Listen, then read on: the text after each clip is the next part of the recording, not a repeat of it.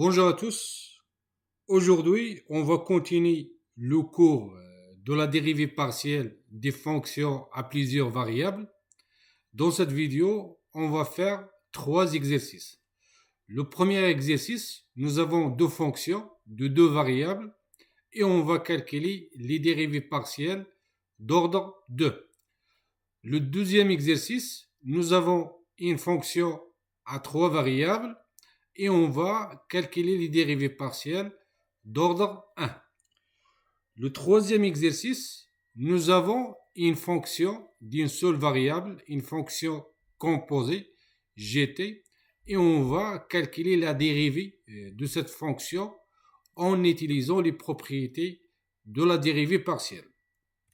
Avant de commencer les exercices, on va faire un petit rappel. Si nous avons une fonction de n variables, les variables sont x1, x2 jusqu'à xn. Si on écrit f'(xg), ça veut dire la dérivée partielle de f par rapport à xg, ça veut dire je fais la dérivée de f par rapport à xg et je considère toutes les autres variables à part xg sont des constantes. Si on écrit f seconde xg ou f seconde xg à la 2, ça veut dire je fais la dérivée de f par rapport à xg et je considère toutes les autres variables sont des constantes. Après le résultat, je fais la dérivée du résultat par rapport à xg et je considère toutes les autres variables sont des constantes.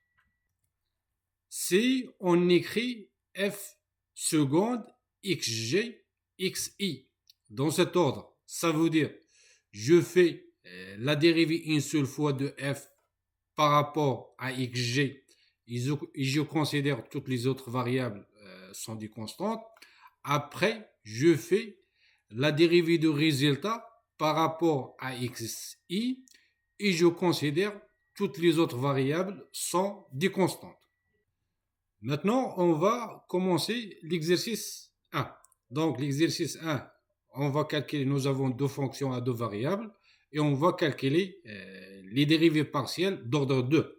La première fonction égale à x à la 3 l'exponentielle y plus sinus à la 2 y plus 3x. Donc, pour calculer les dérivées partielles secondes, il faut d'abord calculer les dérivées partielles premières. On va calculer d'abord f'x. F'x, comme on a dit, c'est la dérivée partielle de f par rapport à x en considérant y c'est une constante. Si y c'est une constante, donc l'exponentielle de y c'est une constante. Sinus à la 2, y c'est une constante. Ici, nous avons l'exponentielle y c'est une constante multiplicative. Donc, on va la garder ici. Et on va faire la dérivée de x à la 3 par rapport à x. Il va donner 3x à la 2. Ça, c'est une constante, donc sa dérivée égale à 0. Et la dérivée de 3x par rapport à x égale à 3. f' y, qui est la dérivée de f par rapport à y, ça veut dire on va considérer x c'est une constante. Si x c'est une constante, donc nous avons x à la 3 c'est une constante et x à la 3 c'est une constante multiplicative, donc on va la garder ici. La dérivée de l'exponentielle de y par rapport à y, donc je vais utiliser cette propriété. Nous avons la dérivée de l'exponentielle de x égale à l'exponentielle de x. Donc, la dérivée de l'exponentielle y par rapport à y égale à l'exponentielle de y. Ici, nous avons sinus à la 2 y. On veut la dérivée de ce terme par rapport à y. Donc, ici, je vais utiliser cette propriété. Si on veut faire la dérivée d'une fonction à la 2, donc égale à 2, la fonction u multiplié par la dérivée de cette fonction. Donc ici, nous avons sinus à la de y. Donc u égale à sinus y. Donc la dérivée de sinus à la de y égale à 2 fois sinus y fois la dérivée de sinus y qui est cosinus y plus la dérivée de 2x. Comme on a dit, on va considérer x est une constante. Donc la dérivée d'une constante égale à 0. Ici, je peux simplifier, je peux utiliser cette propriété, sinus de θ égale à sinus de sinus θ fois cosinus θ. Donc, je peux remplacer ça, 2 sinus y multiplié par cosinus y égale à sinus de y. La dérivée seconde par rapport à x, puis par rapport à x. Donc, je fais la dérivée de f par rapport à x. Après, je fais la dérivée du résultat par rapport à x aussi. Donc, la dérivée de f par rapport à x, on a déjà calculé cette dérivée ici. Donc, je vais remplacer. Et après, je fais la dérivée de ça par rapport à x. Ça veut dire que je vais considérer y comme une constante. Si y est une constante, nous avons ici une constante multiplicative qui est l'exponentielle y. Donc, ici, nous avons deux constantes multiplicatives. Nous avons 3 et nous avons l'exponentielle de y. Après, je fais la dérivée de x à la 2 par rapport à x. Donc, il va donner 2 fois x. Donc, nous avons ici 3 fois 2 fois x fois l'exponentielle de y. Plus la dérivée de 3 qui est constante plus 0. La dérivée 2 fois par rapport à y, puis par rapport à y. Donc, je fais la dérivée de f par rapport à y. Après le résultat, je fais sa dérivée par rapport à y aussi. Donc ici, nous avons la dérivée de f par rapport à y. Il est déjà calculé ici. Je vais la remplacer ici. X à la 3, l'exponentielle y plus sinus de y. Et je vais faire la dérivée de ça par rapport à y. Ça veut dire, je vais considérer x, c'est une constante. Donc ici, nous avons x à la 3, c'est une constante. Si je fais la dérivée de ce terme, donc nous avons x à la 3, c'est une constante multiplicative. Et la dérivée de l'exponentielle de y par rapport à y, c'est l'exponentielle de y. La dérivée de sinus de y par rapport à y, je vais appliquer cette propriété. Nous avons la dérivée de sinus u égale à la dérivée de u multipliée par le cosinus. Nous avons u égale à 2y. Donc nous avons la dérivée de y égale à 2 fois cosinus de y. Maintenant, on va faire la dérivée 2 fois par rapport à x, puis par rapport à y, dans cet ordre. Donc, je vais faire la dérivée de f par rapport à x. Après, je fais la dérivée de ça par rapport à y. Nous avons déjà calculé la dérivée de f par rapport à x. Elle est ici. Égale à 3, x à la 2, l'exponentielle y plus 3. Si je fais la dérivée de ça par rapport à y, ça veut dire nous avons x, c'est une constante. Si x, c'est une constante, donc nous avons ici une constante multiplicative qui est 3x à la 2. Je vais la garder. Après, je fais la dérivée de l'exponentielle de y par rapport à y, qui est l'exponentielle de y, plus la dérivée de 3. La dérivée de 3, c'est une constante, donc égale à 0. Maintenant, on va inverser les variables. Donc, on va faire la dérivée seconde par rapport à y, après par rapport à x. Donc, je fais la dérivée de f par rapport à y, qu'on a déjà calculé ici, égale à x à la 3, l'exponentielle y plus sinus de y. Après, je fais la dérivée de ça par rapport à x. Ça veut dire, je vais considérer y comme une constante. Si nous avons y une constante, donc nous avons ici une constante multiplicative qui est l'exponentielle de y. Je vais la garder ici. Et je fais la dérivée de x à la 3 par rapport à x qui va donner 3 x à la 2. Et ici, nous avons une constante plus une constante, sinus de y, c'est une constante, et la dérivée d'une constante égale à 0. Le théorème de Schwartz, il dit c'est les dérivées secondes x, y et les dérivées secondes y et x sont continues. Dans ce cas, les dérivées partielles secondes x, y égale à la dérivée seconde partielle par rapport à y, x. Ça veut dire, si on change l'ordre des variables, la dérivée seconde, il reste le même. Maintenant, on va faire la deuxième fonction, qui est x à la 2 multiplié par x plus y, où je peux développer cette expression. Si je partage x à la 2, je vais avoir x à la 3 plus x à la 2 plus, multiplié par y. On va commencer par le calcul de f'x. Ça veut dire je fais la dérivée de f par rapport à x et je vais considérer y comme une constante. Si nous avons y comme une constante, donc nous avons ici une constante multiplicative. Je fais la dérivée de x à la 3 par rapport à x, il va donner 3x à la 2, plus la constante multiplicative, je vais la garder ici, et je fais la dérivée de x par rapport à 2, donc il va donner 2x.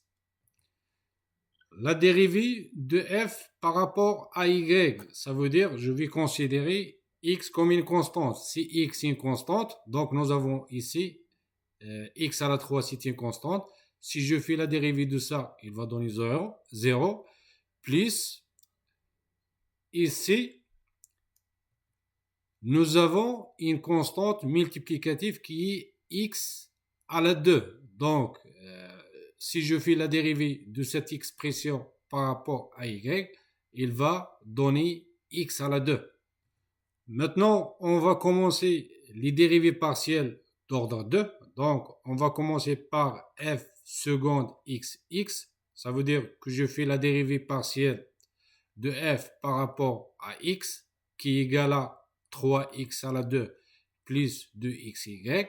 Après, je fais la dérivée partielle de ça par rapport à x. Ça veut dire ici, nous avons une constante multiplicative qui est y. Donc, nous avons la dérivée de 3x à la 2 par rapport à x, il va donner 6x. Et la dérivée de 2x fois y par rapport à x, il va donner 2y. La dérivée seconde par rapport à y, puis par rapport à y. Donc, on va faire la dérivée de f par rapport à y, qui est déjà calculé ici, x à la 2. Et on va faire la dérivée de ça par rapport à y. Puisqu'on va faire la dérivée par rapport à y, donc x est une constante. Si x est une constante, ça veut dire x à la 2, c'est une constante. Et si on fait la dérivée des constantes, il va donner 0. La dérivée seconde par rapport à x, puis par rapport à y. Donc, on va faire la dérivée de f par rapport à x, qui est calculé ici.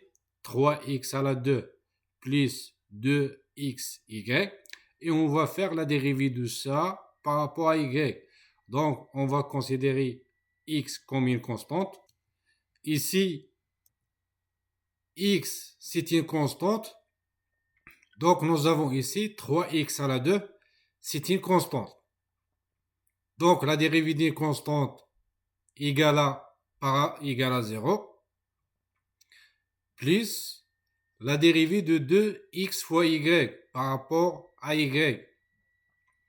Donc, ici, nous avons une constante multiplicative qui est 2x. Et la dérivée de ce terme par rapport à y, il va donner 2x. Il reste à calculer la dérivée seconde par rapport à y, puis par rapport à x. Donc, on va faire la dérivée de f par rapport à y, qui est égal à x à la 2. et on va faire la dérivée partielle de x à la 2 par rapport à x.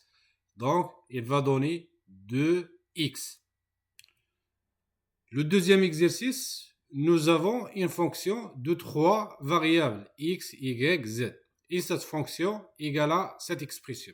Et on veut calculer la dérivée partielle de cette fonction par rapport à la première variable, aussi par rapport à la deuxième variable et par rapport à la troisième variable.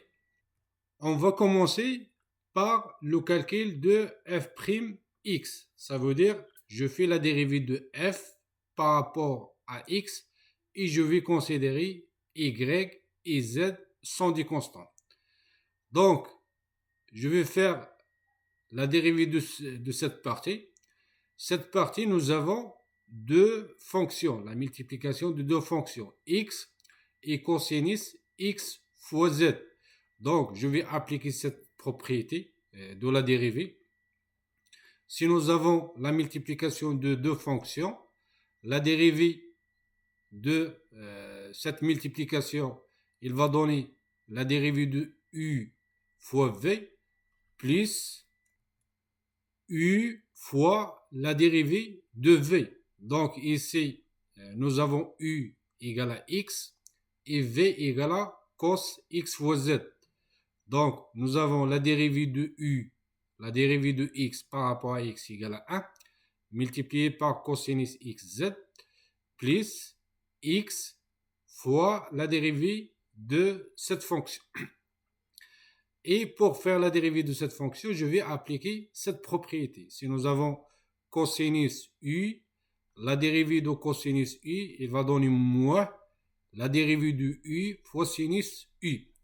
Donc ici, nous avons x multiplié par moins, sur moins, la dérivée de u qui est xz, puisque z c'est une constante, donc il va donner z, fois sinus x z, plus la dérivée de cette partie. Cette partie ne contient pas de x. Puisque ne contient pas de x, donc c'est une constante, et la dérivée d'une constante égale à 0. Si on simplifie, on va trouver que f'x égale à cosinus xz moins xz fois sinus xz. La dérivée de f'y, ça veut dire la dérivée de f par rapport à y, et je vais considérer x et z sont des constantes. Donc, ce terme ne contient pas de y, donc sa dérivée est égale à 0, plus la dérivée de ce terme. Ce terme, c'est une fonction ln. Donc, je vais appliquer cette propriété. Si nous avons ln, une fonction u, la dérivée de ln u égale à la dérivée de u divisé par u. Donc, nous avons u égale à 2 moins sinus à la 2 y plus z. Donc, la dérivée de cette partie, il va donner 0 moins la dérivée de sinus à la 2 y plus z. Je vais appliquer cette propriété. Donc, il va donner moins 2 sinus yz et la dérivée de sinus yz par rapport à y. Donc, je vais appliquer cette propriété. Il va donner cosinus y plus z. Et je vais diviser par la fonction u qui est égale à 2 moins sinus à la 2 y plus z. Si on simplifie, on va trouver que f'y égale à cette expression. Il reste à calculer f'z. Ça veut dire, je fais la dérivée de f par rapport à z et je considère x et y sont des constantes. Donc, je vais commencer par ça. Donc, nous avons ici x, c'est une constante. Cos xz, la dérivée de cos xz par rapport à z, il va donner x. X fois x, il va donner x à la 2. Et la dérivée de cosinus, il va donner moins sinus xz. Plus la dérivée de ln, cette fonction, je vais appliquer ces propriétés. Donc, je vais avoir la dérivée de 2 égale à 0, moins de sinus y plus z cos y z divisé par 2 moins sinus à la 2 y plus z. Si on simplifie, on va trouver que f'z égale à cette expression.